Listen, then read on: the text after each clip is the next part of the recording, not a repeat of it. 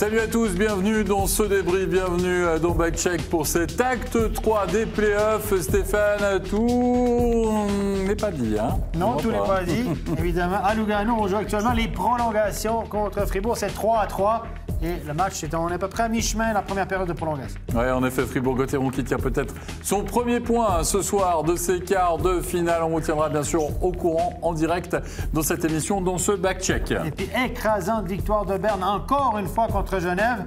Encore une histoire de gardien. Giannoni impérial ce soir face à Genève. Et qui l'eût cru, c'est Zurich qui passe devant désormais, qui est allé s'imposer ce soir du côté de la Bossert Arena.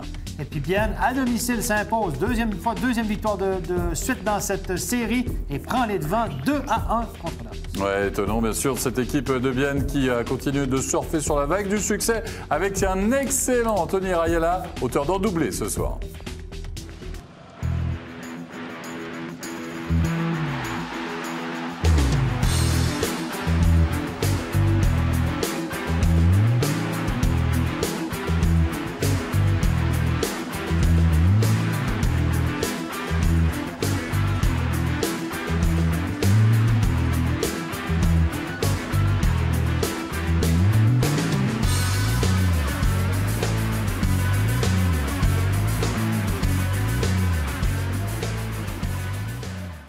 Et pour nous accompagner ce soir, nos deux invités, Geoffrey Vauclair, Pierre-André Reuil. On va bien sûr revenir, messieurs, sur ces 4 rencontres, ces quarts de finale de play-off et vous donner le résultat, on l'a dit, final, voire aller après, tout à l'heure sur MySports 1. Pour la deuxième prolongation, qui sait, de ce match entre Lugano et Fribourg-Gotteron. On va commencer avec Berne-Genève. Genève se retrouvait dos au mur, mené 2-0 après avoir livré un bon match. Pourtant, du côté des Vernets, on attendait un match plein du côté des hommes de Craig Woodcroft, avec dans la cage un certain Baïs, messieurs. Oui. C'était étonnant, Stéphane. Coup de poker. Autre coup de poker de l'entraîneur de Genève. Un des nombreux coups de poker. Et celui-là, on peut le comprendre au vu de la performance de Mayer. On va voir ce que ça va donner.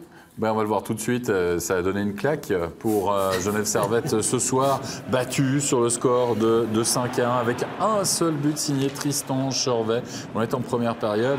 Il faut dire quand même qu'il y a une statistique intéressante, celle des tirs sur l'ensemble de la partie, et notamment de ce premier tir. Il y a 1-0 pour Berne, mais il y a 17 tirs pour Genève et 14 pour le CP Berne. Sur l'ensemble du match, Geoffrey Vauclair, c'est 42 shoots pour Genève. 39 pour Berne, ça veut dire que Genève était dans le match malgré le score. Et là, se sont créées des possibilités. Oui, il faut encore voir aussi la qualité des shoots sur le goal. Je veux dire, là, on voit bien sur ce goal que voilà, le fameux Tristan Chervet que beaucoup de monde décrit va devant la cage, va se faire mal et puis il récupère un rebond pour glisser entre les jambières de Baïs. Bodenman, oh qu'il est en forme, lui Bodenman. Et là, Baïs peut-être pouvait mieux faire, Pierre-André. Ouais, c'est un peu un shoot instantané. Là, je dirais c'est difficile, c'est un petit peu difficile pour lui. On voit l'instantané du shoot de Bodenman.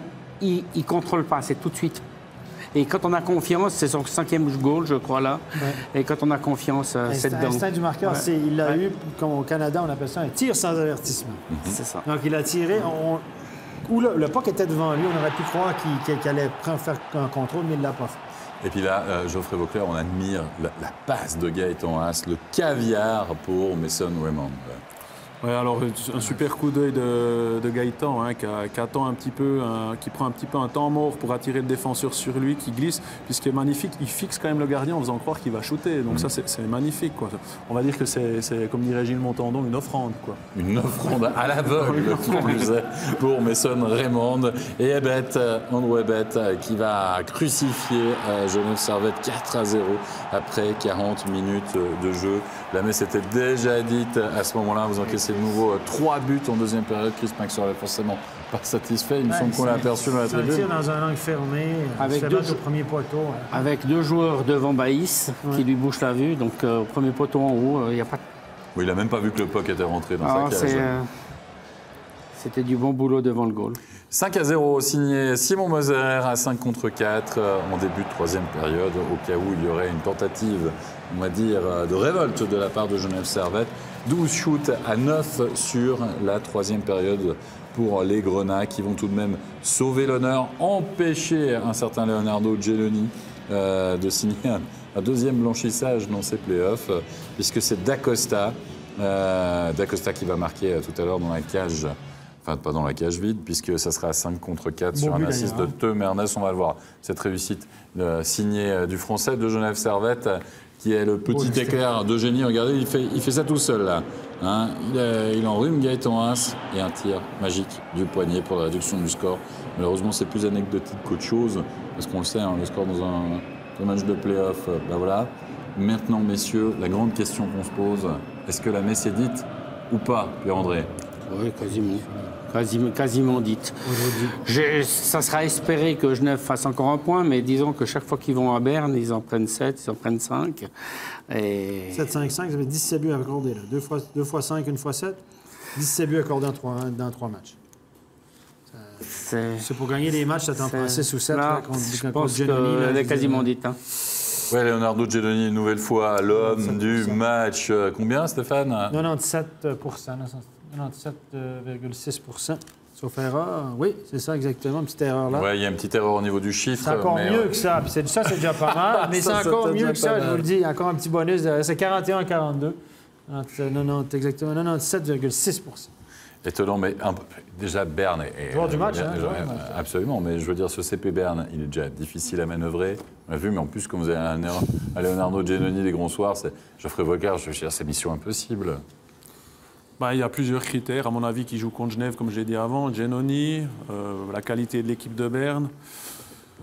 Genève, à mon avis, avec un coach, je ne sais pas s'il essaie plutôt de faire parler de lui que de coacher, parce qu'en voyant ses décisions, alors changer le gardien, je suis d'accord avec Steph, il fallait changer le gardien, mais quand je vois qu'il y a certains joueurs qu'on fait jouer à certaines positions, le EFL en attaque, tout ça, qui n'est vraiment pas un poste naturel pour lui, je suis... Donc de façon générale, dans le milieu, il n'a pas la cote, cet entraîneur. Hein? On est d'accord que tout le monde a... Bon, déjà, je pense que son body language derrière le banc depuis le début de l'année agace.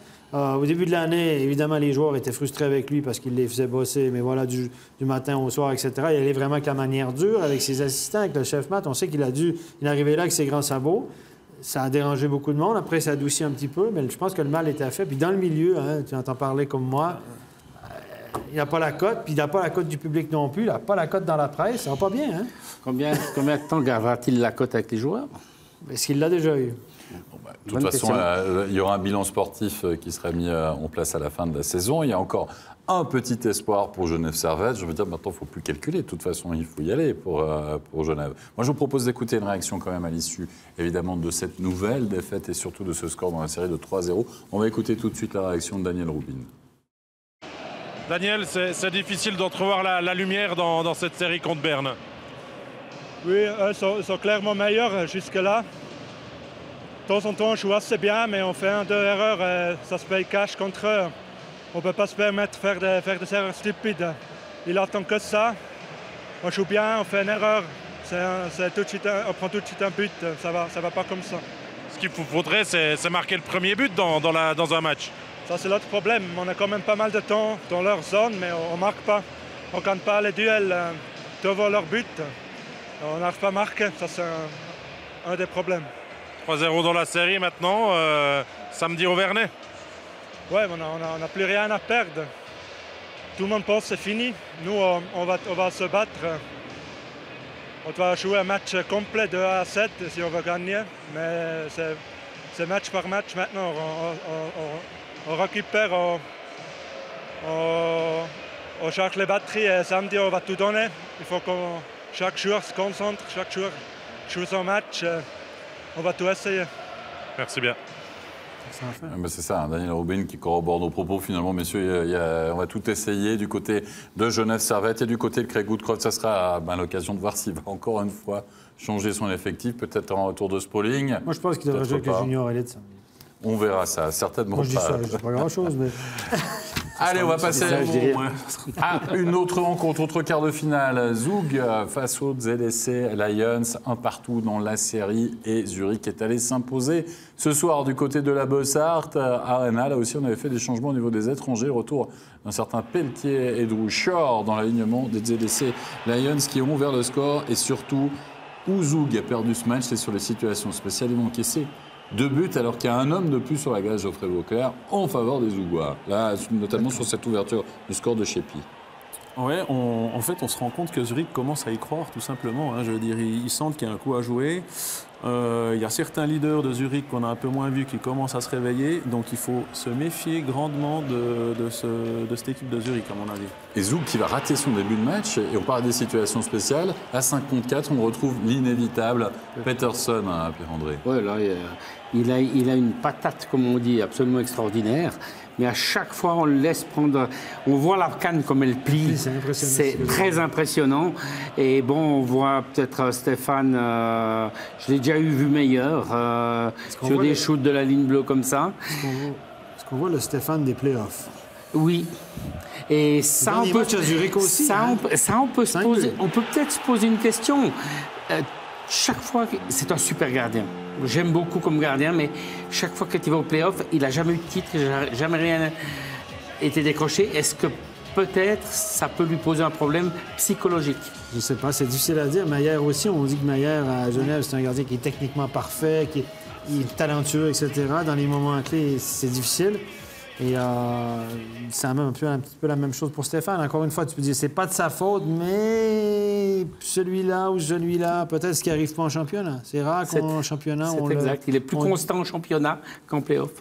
Lammer qui a réduit le score, hein. On l'a vu, le but qui était plus qu'un but de l'espoir, parce que 2-1 finalement après 20 minutes de jeu, rien n'est dit dans cette partie. Mais voilà, le but qui va faire mal encore une fois. Et j'ai envie de dire, encore une fois, alors c'est Pius Souter hein, qui va prendre le rebond. Il prend le rebond, Pierre-André Roy. Oui, mais il prend le rebond, mais le travail en 2 fois de Peterson est exceptionnel. Parce qu'il met une accélération, son back-end, Stéphane relâche, mais il re-shoot une 2e fois et Souter suit. Alors, il faut se demander aussi où le reste des joueurs zougois étaient. Je veux dire, voilà. Est-ce que l'absence de Diaz pèse dans la balance aussi, à mon avis? Notamment pour fortement, à mon avis. 2 buts en supériorité numérique encaissés par Zug. L'absence de Diaz, ça fait mal. Avec cette réduction du score signée Garrett Rowe. Garrett Rowe qui va transpercer, on va dire, la défense zurichoise, battre Flueller, et ça sera le score final. Rien ne sera marqué en 3e période. Zurich qui revient, messieurs, dans la partie. Il surprend tout le monde. Mais c'est une grande victoire pour Zurich. À Zug, pour aller chercher ça, c'est une toute grande victoire. Ce qui m'étonne, depuis le premier match, on ne voit plus tellement Stalberg. Le premier match a été bon, 2e match moyen, et là ce soir il a peut-être un traitement spécial aussi hein. Par la force des choses, on a bien compris que du côté zurichois il fallait essayer de museler. Ce soir on joue encore avec le petit Bernier en défense, Tim Bernier, je vous le rappelle, petit garçon de 17 ans. 17 ans avec la cage derrière. Puis il a joué, on l'a vu au même 20. À Davos, on avait un gars de 17 ans aussi qui jouait, Barendon. Chapeau, les gars, il faut oser quand même. 36 tirs pour Zurich, 33 pour Zug. Donc Zurich n'a pas volé, on va dire, sa victoire ce soir. On a une réaction du côté des perdants. On va écouter tout de suite la réaction de Johan Morand. Johan Morand, une défaite cruelle, un match difficile. Comment vous avez vu cette partie? Rageant, parce qu'on est meilleur à 5 contre 5 et ils font la différence sur les unités spéciales. Donc on s'est battu nous-mêmes ce soir, c'est à nous de nous reprendre en main et de revenir avec d'autres intentions au prochain match. Quelle importance a eu l'absence de votre capitaine Raphaël Diaz, notamment sur ces situations spéciales? Rafi, c'est notre playmaker à la ligne bleue, c'est aussi quelqu'un qui est important dans le vestiaire, donc c'est clair que son absence, on la ressent, mais après c'est à nous, c'est à tous les autres joueurs justement de step up et de faire pour que ça fonctionne jusqu'à ce qu'il revienne en pleine forme. Merci Johan. Tout bon samedi à Zurich. Et voilà pour cette réaction de Johan Morand. On va passer à Bienne Davos maintenant, si vous le voulez bien, messieurs. Bienne Davos, un partout là aussi dans la série. Bienne qui avait l'occasion à domicile de passer l'épaule. Et surtout Bienne qui a connu un demi de match compliqué, puisque du côté davosien, il y a un homme qui a particulièrement brillé. C'est Redin. Redin qui va ouvrir le score en supériorité numérique pour les Davosiens. Ça sera du reste le seul but de ces 20 premières minutes de jeu. Et on s'est dit là que cette équipe davosienne qui avait été surprise à domicile, Geoffrey Vauclair, a remis le travail, a remis le chauffe et allait presque faire quasiment qu'une bouchée de ses Biennois. Ouais, il ne faut jamais enterrer ses Biennois apparemment. Je veux dire, ils ont très mal commencé ce match. Bon là, on voit ce superbe shoot de Rodin, hein, qui ne prend pas beaucoup d'élan sur shoot, qui est à l'arrêt, qui n'a pas beaucoup d'espace avec sa canne. Comme on a dit avant, il n'a rien à se reprocher sur ce shoot-là.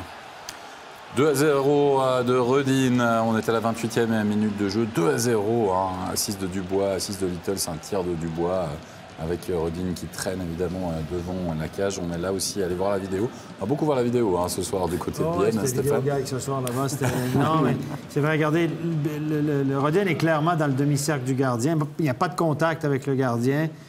Donc, les arbitres ont jugé qu'il n'y avait pas obstruction. Mais si Sébastien Beaulieu était ici ce soir, il vous dirait, attention, messieurs, il est dans le demi-cercle du gardien. Et puis, comme il est dans le demi-cercle, même s'il ne le touche pas, le gardien ne peut pas aller vers l'avant puis bloquer son angle. Il ne peut pas challenger le shoot. Il ne peut pas faire le même mouvement parce que le joueur de Bienne est dans le demi-cercle. Et pourquoi on peinture sans bleu? Si c'est pour pas la préserver pour le gardien. Ça, c'est l'opinion de Sébastien Beaulieu, entraîneur des gardiens. Je le comprends, il a un peu raison. Mais moi, comme arbitre, je pense que je l'aurais donné aussi. Oui, mais est-ce qu'on ne pourrait pas dire Hilaire s'avance quand même, va au contact? Ouais, mais là, et là, c'est Redin qui prend 2 minutes? Ah, si... Attendez, parce qu'il est dans le cercle. Oui, si Redin est dans le cercle et puis Hilaire va pour aller sur la rondelle et Redin gêne le déplacement du gardien, même si c'est provoqué par le gardien, c'est 2 minutes. Exactement. Donc, je pense qu'Hilaire, là, il aurait pu provoquer ça, compte tenu que Redin était dans la partie bleue. Bonne remarque. On va l'appeler Hilaire demain, on va y en parler. On va voir, mais c'est quand même ce genre de situation qui pose passablement problème. C'est toujours compliqué. Parce que si les gardiens commencent à aller au contact de l'attaquant, entre guillemets, pour, j'ai envie de dire, presque simuler, entre guillemets, une faute, parce qu'ils sont là, parce que sinon les arbitres ne sifflent pas. Attention, il y a des gardiens qui sortent de leur zone bleue pour aller chercher le contact. Ça, c'est autre chose. Mais là, c'est dans sa zone à lui. Donc, je pense qu'il aurait pu jouer là-dessus. C'est pas facile, messieurs, l'arbitrage. Je l'ai déjà dit, ça. On a déjà parlé sur le plateau ici. C'est un métier. Moi, j'appelle ça la zone grise. Il y a le règlement, puis il y a l'application de la règle, puis comment on sent la chose, évidemment. On va ranger la palette du peintre et puis on va regarder justement les artistes sur la glace si vous voulez bien, parce que réaction biennoise. Il y a eu, et quelle réaction de la part de Bienne avec Mick Fliquier. Ça, c'est un but très très important, Geoffrey Vauclair.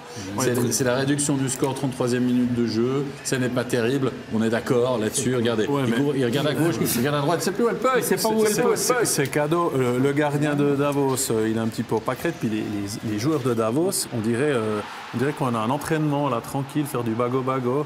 Là, ils sont tous un petit peu à la rue, les joueurs de Davos. Hein. Et sous terre, Fabian sous terre, on le voit 2-2, on est en début de 3e période. Là aussi, c'est important, mais il est complètement seul dans le slot. Complètement seul, mais moi, je m'excuse, le gardien, là, il fait son déplacement gauche-droite, il est en appui. La technique, c'est que le pied doit être en appui sur le poteau pour justement pouvoir revenir. Il n'y a aucune poussée avec la jambe gauche de Sen. Le tir est même pas... Il est dans le milieu du goal. Il n'est pas là. Pour moi, les 2 buts, en partie, c'est pour lui. Évidemment, sur 2 de blâmer. Celui-là, par contre, il est pas. Celui-là, ça, il est équipe. D'accord, mais n'oublions quand même pas une chose, c'est que Sen ne nous fait pas une grande saison non plus. C'est le cas de le dire. Donc, psychologiquement, là, c'est des mauvais buts. Et on en parle de Rayala, un doublé quand même. Ouais, ça, c'est un soir. doublé, franchement, il marque 2 fois, il met le 3-2, il met le 4-2. C'est lui qui fait la différence, quoi. Tout simplement aussi au niveau de la finition. Voilà, on parlait des étrangers de Bienne très performants. Il le montre encore une fois avec ce doublé. Bien servi par Pouliot. Il est sur réception, pleine lucarne, au-dessus du gant. Et celui-là aussi, ça c'est un bon but. Un but d'un marqueur.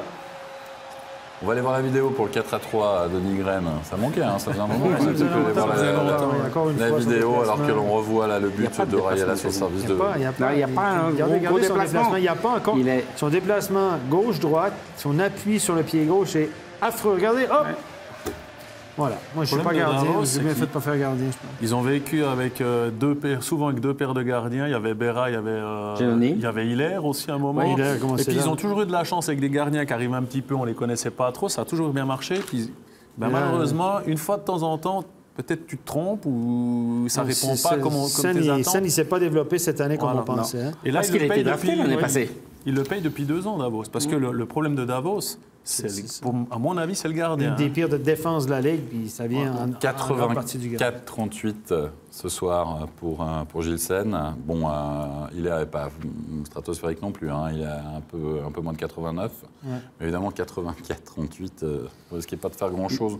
Au niveau des gardiens, il a reçu 32 shoots, il a arrêté 27 pucks. On va voir la réduction du score de Davos, qui nous a quand même offert une fin de match palpitante du côté de la Tissot Arena. avec un Jonas Hiller qui se plaint pour un contact. C'est Marc Vizère qui va passer derrière lui, me semble-t-il. Qui va y effleurer le casque, vous allez voir sur la ralenti. Il essaye d'éviter en levant les bras. On ne voit pas là. Ouais, c'est Marc Vizère est derrière la ici, canne. voilà. Voilà. Regarde, moi, je pense que là, oui, il le touche, mais Hiller, s'il ne fait pas son cinéma, il n'y arrive rien. Hiller cherche la pénalité. C'est ça. Il est effleuré le casque, et puis là, il fait le cirque, il se laisse tomber, puis après ça, il râle sur l'arbitre. Moi, je pense que les arbitres ont bien fait de l'accorder. Oui, il y a un contact accidentel, mais là, à un moment donné, ça suffit le cirque. Là. J'ai une question. Ça me surprend même pas qu'il y ait une si le simulation. casque gicle. Ici. À mon avis, le coup est plus violent déjà, Ouais. premièrement, ici. Et pour une fois que Vizère ne donne pas un coup violent, c'est Non, mais tu vois que c'est vraiment accidentel. c'est étonnant. Oui, il y a un contact accidentel. Le règlement dit contact accidentel, mais l'autre n'a pas besoin de faire le cirque. Il n'est pas déporté tant que ça par le Non, contact. il est Puis fort. moi, je vais vous dire un truc. Je ne serais pas étonné qu'il soit amendé pour simulation. Je dis ça, je dirais. Ça serait pas une mauvaise chose. Parce que là, il y a une simulation. Et on a vu le but de Yann Neuschwander dans le but vide, pour finir. Quoi qu'il en soit, messieurs, c'est quand même une 5-3. victoire de Bienne, parce que ça, c'est le plus Mérité. important de la soirée, plutôt Mérité. que cette scène-là. 5-3, victoire méritée en effet, 32-27 au niveau des shoots pour Bienne. À noter une information, on nous a signalé la présence d'Ambu qui n'a pas fini la rencontre, qui est en Blessé. béquille, du béquille, côté de la Tissot Arena. Et ça peut être la véritable tuile Ça, c'est pour le HC Davos. On a une réaction biennoise, on va écouter. Je regarde, Marc-Antoine Pouliot. Marc-Antoine Pouliot, un but de Mick Fliquier, 2 de Rayala, 2 passes de votre part. C'est le réveil des étrangers ce soir. Ouais, on peut dire, ouais, c'est. Écoute, évidemment, c'est un gros match. On n'a pas bien parti. Puis, ouais, par la suite, on a levé notre jeu d'un cran. Puis, on est très content de la victoire. Quand on est mené comme ça 2-0 à la maison, qu'est-ce qui se passe dans la tête pour pouvoir revenir? Bon, on a eu un meeting après la première période. Il fallait absolument se réveiller, évidemment. Puis je pense qu'on l'a montré après. Puis écoute, Davos, c'est toujours un jeu intense, son physique. Donc, ouais, on est juste content de gagner. Puis on va être prêt pour samedi aussi. Maintenant, la pression, elle a changé de camp. C'est les Davosiens qui l'ont? Ouais, je pense qu'à tous les matchs, il y a un peu de pression. Écoute, ouais, c'est 2-1, mais ça va être un match très dur samedi. Puis, ouais, on va avoir la même mentalité qu'on a eue mardi contre eux autres. Merci beaucoup, Marc-Antoine Pouliot. Merci. Ouais, mais la confiance, elle est là, quand même, du côté du HC Bienne. On le sent dans les propos de Marc-Antoine Pouliot. Désormais, on fait la course en tête. Et en plus, il y a la blessure, justement, d'Ambul. C'est un gros coup dur pour Davos. On verra ça lors du prochain acte. Allez, dernière rencontre. S'il y avait une équipe qui, là, était vraiment au pied du mur, c'est Fribourg-Gotteron. Fribourg-Gotteron qui se déplaçait du côté de la Rezega avec un objectif, réussir les 20 premières minutes de jeu. Ils avaient encaissé, c'était 3-1 le score dans l'acte 1, 2-0 dans l'acte 2. Et c'est de nouveau viré un peu au cauchemar, Pierre-André Roy, ce début de match du côté de la Rezega pour Fribourg, qui vont casser l'ouverture du score, 5 contre 3. Et après 3 minutes de jeu, se retrouver déjà en double infériorité numérique, c'est peut-être ça voilà. Ouais, c'était un petit peu le problème, mais disons que là, Fribourg, les 3 matchs étaient très mal partis. Et vous savez, quand vous courez derrière toujours le résultat, c'est dur. Vous avez besoin de beaucoup d'énergie. On verra par la suite que c'était pas si mal que ça. Donc, on verra ça en effet, mais avant cela, c'est un festival du Galet avec le Fiston Rail quand même pour le 2-0. Le Fiston Rail, on va le revoir pour toutes ces 20 premières minutes de jeu. Il y aura 2 héros, c'est simple. L'un, c'est le fils de nos invités, l'autre, c'est le frère de nos invités. C'est une histoire de famille. On savait, de toute façon, c'est un tout. Oui, C'était mis d'accord. c'est ça. C'était mis d'accord. Hein? On savait qu'il se passerait quelque chose à Lugano ce soir. C'est comme du catch, en fait, tout est pipé, les dés sont pipés, c'est pour ça. Il les avait avertis, on est en plateau ce soir, essayer de vous mettre en valeur, il fait quelque chose. Un s'est mis en valeur, on s'est mis l'autre. Et Tristan réduit Beauclerc qui va le dire score. le Là. score. Ah, fait plaisir pour le frangin, quoi. Et puis bon, il y a un bon travail aussi de toute la ligne. Hein, là, je veux dire, c'est pas, ok, il le met au fond, mais il y a un travail de Meunier puis de Neuschwander qui est super important là-dessus. Et on voit Glauser qui fait un bloc devant, qui rend service pour ouvrir le goal. Surtout qu'il va jouer que 7 minutes, il va en profiter que 7 minutes. Tristan Beauclerc, il y aura surtout le 3-1 de la Younen. On l'avait déjà vu passeur, on voit qu'il est buteur. La Younen, c'est tout simplement peut-être le meilleur joueur du HC Lugano.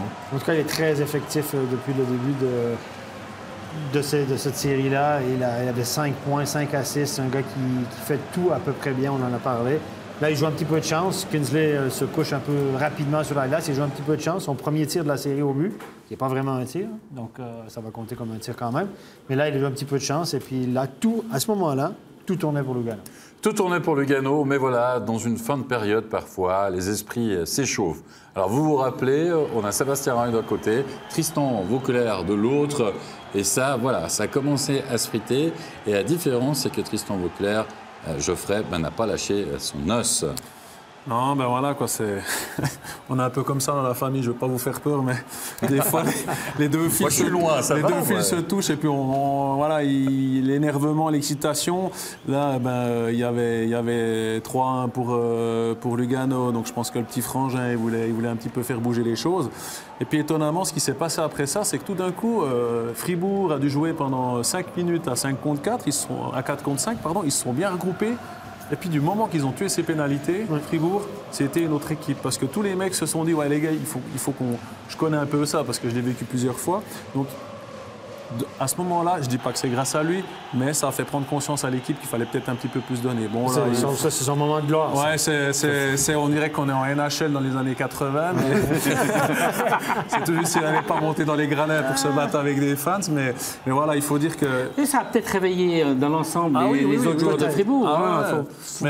Il faut se rendre compte que c'est de l'émotion. En Amérique, c'est sûr qu'il dirait ça a réveillé ses troupes, il a fait ça pour secouer son équipe, c'est une bonne pénalité. C'est facile à dire après coup. Oui, mais c'est vrai qu'en Amérique, ils ont gagné. Là, on est d'accord que si, pendant ces 5 minutes, ils prennent un goal, ils passent d'un côté que... La marge est maigre entre être un champion à 0. Puis là, voilà, ils vont dire, c'est super. Mais quand je jouais à Lugano, je me rappelle, on avait un gars qui s'appelait André Dole, il posait jamais le patin sur la glace. Tout d'un coup, on sentait qu'il manquait d'énergie. Le coach, Jimmy Koleff, il disait, écoute, va sur la glace. Le mec, il allait, il prenait le premier qui passait, boum, boum, boum. Et des fois, ça te changeait le match. Ça te changeait le match. Il était... Voilà, il avait son rôle dans l'équipe et puis... On a besoin de gars comme ça qui font des fois ces petites choses pour un petit peu donner l'étincelle, faire partir l'étincelle, quoi. Alors, ça a peut-être fait partir l'étincelle. Bon, alors, le feu s'est allumé un petit peu plus tard, quand même. Le foyer a pris un petit peu de temps à prendre du côté de Fribourg-Gotteron. Il faut dire, du côté de Lugano, on s'est véritablement éteint. On n'a pas profité de cette longue supériorité numérique. On a surtout dû compter sur un Mercedes Kins, Pierre-André Roy, des grands soirs et surtout d'une souplesse absolument magnifique. C'est fantastique. Les big saves qu'il fait, c'est absolument fantastique. Mais ça prouve aussi, s'il doit faire des arrêts à répétition comme ça, que Lugano n'était pas bon défensivement et n'était pas totalement dans son match parce qu'ils ont laissé beaucoup trop d'espace. Et là, Elvis a été... c'est lui qui les a tenus dans le match à ce moment-là. Oh oui. Est-ce qu'on n'a pas eu un grand Lugano ce soir? Non, pas du tout. Alors. Mais disons que Elvis a fait son match. Mais Fribourg... Il faut laisser du crédit à Fribourg. Ils ont continué, ils ont remis l'ouvrage sur le métier et ils ont continué jusqu'au bout. Ils vont. Et ça, c'est du crédit pour Fribourg, il faut leur laisser. Alors, on a vu que dans la famille Vauclair, les fils pouvaient se toucher. Je reprends les propos de notre invité, je n'invente rien. Mes parents qui vont être contents. Il y a un autre garçon dans les rangs luganais. On sait que chez lui, quand les fils se touchent, mieux vaut partir. Regardez cette scène incroyable en fin de deuxième période. Et là, Stéphane, on a Lapierre qui apparemment s'adresse à Tchervenka. Voilà. Il dit What is I'm going to score because of you? On lui dit en fait, regarde ça, je vais marquer à cause de toi. Puis il a dit, après, on ira manger ensemble au centre-ville. Je connais une bonne place à Lugano. Je t'invite. Je t'invite. Exactement. C'est ça, hein? Qui s'appelle la Trattoria. quelque chose. Quelque chose comme ça. Ah bon, bref, apparemment, il y a une table derrière. Enfin, ça, on va pas... Moi, tu connais bien, tu vas souvent à Lugano. C'est dans le petit trou, là. Non, mais tu vas être obligé d'y aller mardi, avec la victoire. Et puis, André, ça, c'est quoi? Ça, c'est du Lapierre tout craché. Ça, c'est le Lapierre qu'on n'aime pas. Ça, c'est quoi? Disons que c'est là, quand Lapierre est un petit peu en difficulté, je pense qu'il sort de son match. Et là, c'est dommage, parce que jusqu'à présent, il était vraiment au top. Il était au top il tenait tout, il marquait, faisait des assists, il travaille comme un fou. Ça, faut le laisser, il est dans toutes les situations. C'était le vraiment bon Lapierre. Et là, tout d'un coup, il nous a pété un... Ah, aussi. Faut pas Ça a oublier touché, hein. qu'en faisant des choses comme ça, c'est comme si tu fais des déclarations dans les journaux sur l'équipe adverse en disant oui, mais tu ils sont motives mauvais, l'équipe tout ça. adverse. Exactement, tu C'est leur ça. donnes de l'énergie. Puis là, Ouais. il a fait ça dans toute l'équipe de Fribourg. Alors bien sûr, hein, je veux dire, si Lugano avait gagné, peut-être qu'on aurait parlé différemment. Mais là, peut-être aussi que ça fait partie un peu de l'équation de la victoire de Fribourg. Hein. On a parlé du powerplay de Fribourg-Gotteron, messieurs, avec 5 attaquants. Eh bien, ce powerplay de Fribourg-Gotteron va faire la différence aussi. Finalement, ce soir, Pierre-André, ils vont marquer 2 fois en 3e période les Fribourgeois par Birner et par Chervenka. Là aussi, les leaders se réveillent, là aussi les étrangers. Mais on a dit, Lugano a eu, une grande chance, a eu cette possibilité justement de tuer, entre guillemets, la rencontre. Ne l'a pas fait alors que Fribourg va utiliser cette arme pour revenir dans la rencontre. Absolument. Là. Et on voit à chaque fois sur ces goals-là, le puck circule relativement vite. Et bon, bien sûr, quand on a des artistes à 3 mètres du goal comme Chervenka, vous avez peu de chances de passer à côté. Regardez, il fixe le défenseur. Bon, c'est Ronchetti, c'est pas étonnant. Il le fixe et il lui met dans la lucarne. Pourquoi Ronchetti Ronchetti, c'est pas tout. C'est pas un problème avec Ronchetti. Je veux dire, là, de temps en temps, il a des petites difficultés quand même. Mais... Et sur ce coup-ci, en tout cas, il en a eu, quoi qu'il en soit. Mais il faut laisser le crédit à Chervenka quand même. Absolument. Soyons honnêtes. Là aussi, la feinte, c'est magnifique. Oui. 3 partout. On va vivre, messieurs, la première prolongation de ces playoffs. On le rappelle, pas de séance de tir au but. On est parti pour 20 nouvelles minutes de jeu à 5 contre 5. Et c'est Fribourg-Gotteron, finalement, qui va trouver l'ouverture sur un but de Kylian Motet. Oh, le maître-tir. On a demandé un coach challenge du côté Lugano, je pense, pour l'entrée de zone, pour voir s'il n'y avait pas de hors-jeu, logiquement. Pour essayer, en tout cas. Mais quel tir! Quel tir de Kylian Motet. Alors, Geoffrey Vauclair, ce tir, pourquoi il ne l'utilise pas plus souvent? Alors voilà, moi j'ai joué quelques années avec Kiki, il a un très bon tir. Des fois, il veut trop en faire, Kiki. Il aime bien passer 1 ou 2 défenseurs et il n'utilise pas assez son shoot. Là, peut-être qu'il se pose moins de questions parce que ça fait quand même déjà quelques heures qu'il joue. Et il fait un super shoot, il n'y a pas grand-chose à dire sur ce Il est rendu assez haut, il est presque rendu au top des cercles. Il a gagné un petit peu d'espace en rentrant dans la zone. Pourtant, il n'y a pas de surnom, on était un petit peu passif. Et puis là, le tir est imparable. Non, il est magnifique. On a joué 75 minutes ce soir. Absolument. Et dans l'ensemble, mérité de Fribourg, sur ce qu'ils ont montré, en étant partis avec handicap, je dirais.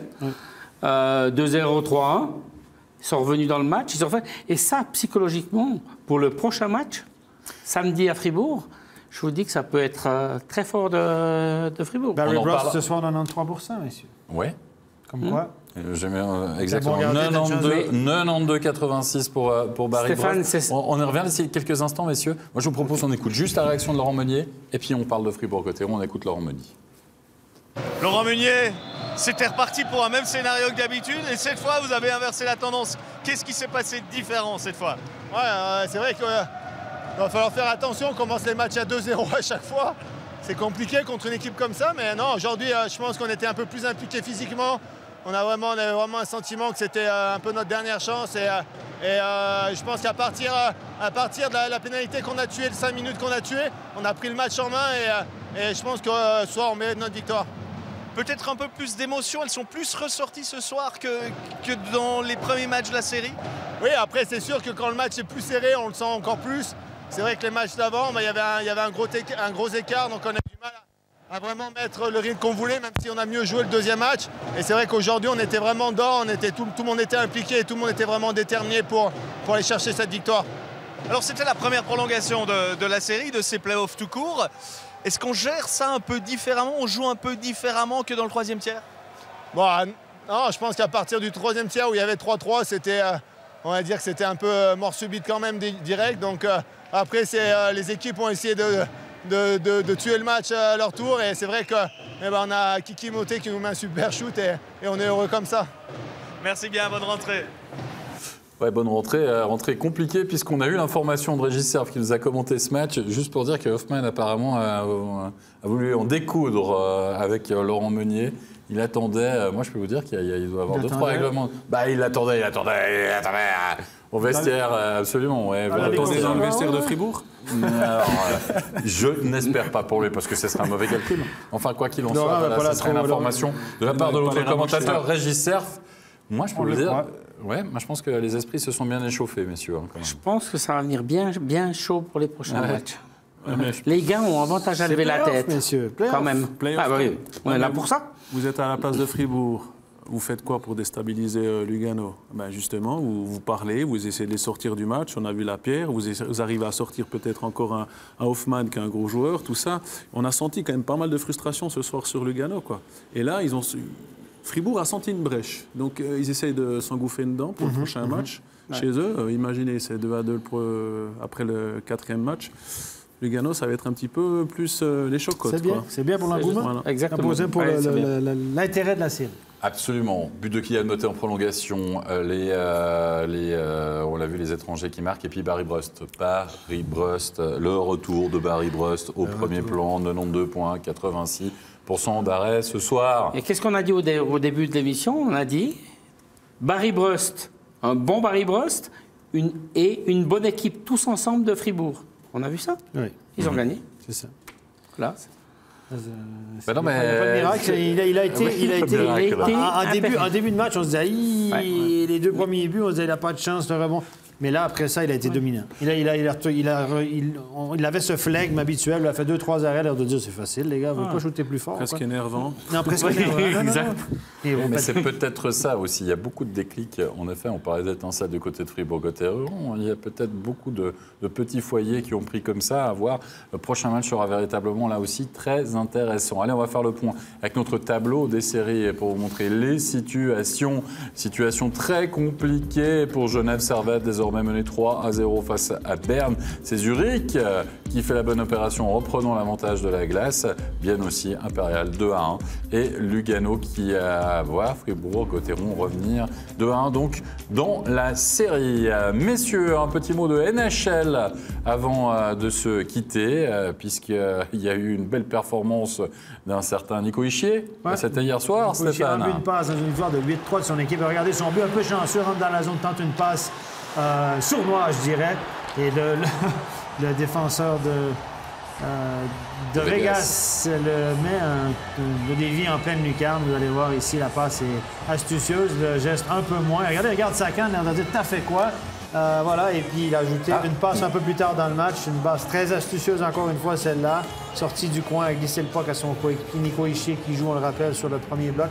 Avec notamment Jesper Bratt et Nico Hischier, c'est 45 points, 70 matchs. C'est le seul joueur des Devils à avoir disputé tous les matchs cette année. On dit souvent, c'est la première année de l'échelle, le rythme, etc. 70 matchs, n'a pas eu de blessure. 45 points, occupe le 5e rang chez les recrues des marqueurs. C'est pas mal, franchement. C'est pas mal du tout. Et en passant, le Vegas commence à marquer le pas un petit peu. Ils sont un petit peu moins performants dernièrement. Ils sont quand même... Ils ont fait leur point, donc je pense que pour les playoffs, ça va être bon pour Vegas. Qui est là, l'équipe de l'heure dans la NHL? Boston. Nashville, 100 points. Ils sont premiers dans l'Ouest. Dans l'Est, on a Tampa Bay, 100 points. On a 3 Suisses qui jouent. Fiala. Je ne sais pas si tu as vu le but de Fiala il y a 2 jours sur le débordement, enfin, sortie de zone de Josi. Moi, j'ai pris un pied géant de voir ce goal-là. Ouais. C'était fantastique. D'ailleurs, le commentateur, il disait « Swiss Connection », c'était fantastique. Qui l'eut cru, hein, franchement, pour être Swiss Connection. En NHL, il ne faut pas oublier Timon Maillère non plus à San Jose. Timon Maillère fait une excellente saison. Excellent. Il sera dans les playoffs, d'ailleurs. Et New Jersey qui se bat encore pour une place en playoff. 5 points d'avance, New Jersey, sur les New York Islanders, je pense. Non, les Panthers de la Floride. Et devrait être des playoffs, mais attendons, il reste une douzaine de 12 matchs exactement. Absolument, bien sûr. Et puis on fera le point, bien sûr, d'une manière, on va dire, plus complète peut-être. Dans un autre back-check ici, on a le temps, on verra où sont les séries. Le prochain rendez-vous, ça sera bien sûr pour l'acte 4. Rendez-vous samedi 19h45 pour suivre la rencontre entre Genève Servette et le CP Berne. Match décisif, bien sûr, vous l'avez compris, dans ces séries. Merci beaucoup, Geoffrey Vauclair. Merci beaucoup, Pierre-André Roy. Merci à toute l'équipe technique. Très bonne fin de soirée à tous. Et à samedi. Bye bye. Bye bye.